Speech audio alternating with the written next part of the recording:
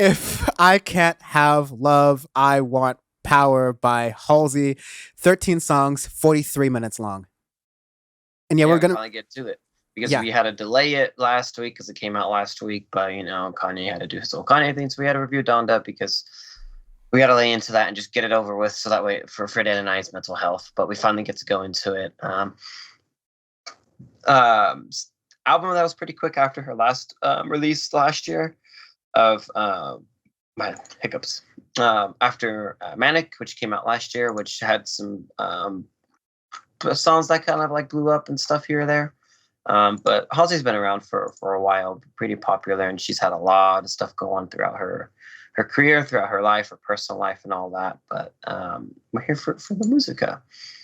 So it starts off the tradition, kind of like a quieter, like more subdued track at the beginning, and then it builds and builds, and her voice is very powerful, really gorgeous throughout the track and throughout the whole album. To be fair, but like it really gets you into the whole theme of this album of like she wants like really wants to have like power and to be able to really show herself and self expression and to be able to really do that and to basically just not have anybody belittle her and tell her what to do, more or less.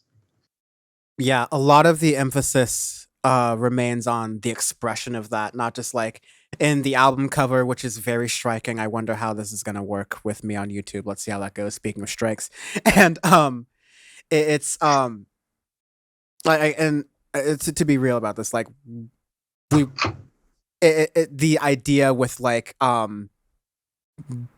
people be getting all like the heebie-jeebies over like breastfeeding in public is like something that Gives a people need to shit. like get over with in It's general. crazy. It's like just a factor of the weird puritanical world we live in and the internet and the way things get like censored automatically where like you have to be careful with these things. But um you very much get the idea that she is expressing herself in a really well and in a musically production wise like way. Um in the most focused way I think she's done it in a while. Because production wise, this is mostly like a traditional instruments like indie alternative kind of record that has a lot of like loud rock parts in it as well. There's a And lot that's of rock in here. yeah, that's something interesting that was more I was expecting. It wasn't really until some songs you get near the end where you get something that's more like I guess you would say is like contemporary synth alternative kind of deal, with like big booming speakers and things like that. But you sort of start to finally get that in the latter parts of the record. In the top parts, it's just mostly rock, and that's it's a really refreshing thing to do because it's not like something that gets tiring at all. Yes. No, and her rock is genuine too. It's good, like alt rock slash alt pop rock, which is fun to listen to, but it's not overly produced. Not like the Foo Fighters' latest release and all that, which you get in your more popular alt rock stuff. But it's good for her as a big pop artist who she's done so many different sounds all throughout her career to have that sound to pop up like. Example, the third song, easier than Lying, is just like a straight up like you know, late 2000s, early 2010s rock song, but it's good. It's refreshing in the way that it's presented in the album and the context of it and everything too, because we have so many of these singer songwriter albums that have come out this year, past couple of years that we've reviewed on Audioface that others have listened to, so on about love, relationships, this and that, and it gets really drowned out because their production ends up sounding really samey, or you have that issue where I've talked about it before with like Lord Lana Del Rey with the Jack Antonoff production sounding very similar as well. But the nice thing with this album with Halsey is she does a bunch of different sounds, but still can make it cohesive with it. You get some quieter acoustic tracks, you get some more stripped back, layered piano tracks here or there, you get some more of your pop kind of your normal pop sounding tracks, but then you also throw in this rock, which is pretty prevalent throughout the record, but it sounds very good within the context of everything.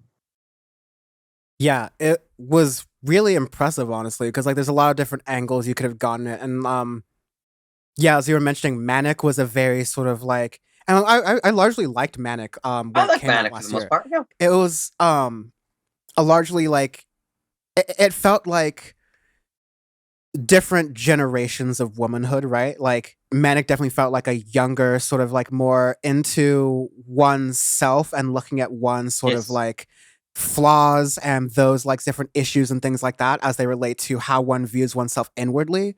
Whereas this album is a lot more, okay, now I am set and straight with myself and who I am as a person. These are the Yep. things, like kind of as the title is saying, like these are now the things like I'm demanding. These are the things that I want like settled on my terms, sort of deal, right? And so yeah, you get that through, especially A Girl's a Gun. Um, Yes. that's like one of the songs that gets a lot like synthier. It almost reminds me of Grimes, actually, at a certain point. I Um, think you could get that. So this could yeah, be pretty experimental with the way that the overdub electronics go, the really beefy bass and everything else, and it's kind of like chopped up a bit too. yeah, in a very It's a rocky, really it's a very rocky way. Yeah, exactly. and I'm saying in an otherwise very rocky album, this, yeah, does a really like, yeah, that, not weird, but like different electronic thing, like right in the middle there. Yeah, because then after that girl's gone, you've asked for this darling 1121 honey. Those are all like pretty rocky tracks slash like some are like is you asked for this is straight up rock, which is a pretty good track. Darling's being more stripped back acoustic. 1121 is like again a little bit stripped back acoustic stuff, but you get more of that poppy sound. And then Honey's rock. Whispers is the only track like after that like gets more into your real popish sound, but it's still not overgeneralized or overproduced.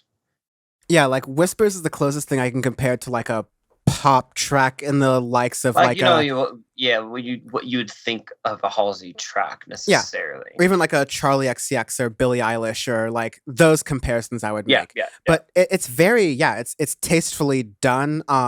You have like sort of the muted, more synthy drums Mm-hmm. that I personally love messing around as like a musical effect. Me too. And you have, yeah, just whispers in the vocals, but also the way the song sort of transfers and goes through itself is, it's really like nice and also takes production risks that I'm happy to see Halsey at her stature doing and brilliantly executing on this record. Even on like what would be seen as like the quote unquote filler tracks, since they're not like the lead singles, but I didn't get like a filler vibe from anything on here. No, everything is purposeful.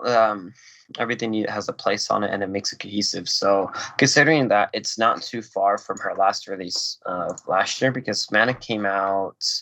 When did it come out? Like early 2020, maybe, if I recall correctly. It's hard. 2020 is a really weird year in music, obviously, Yes. but for being pretty close together, they are very different records, which is good.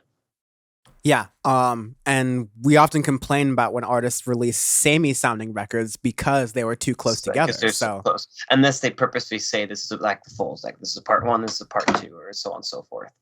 But anyways, yeah, I was pretty impressed with the record. I yeah, really enjoyed it.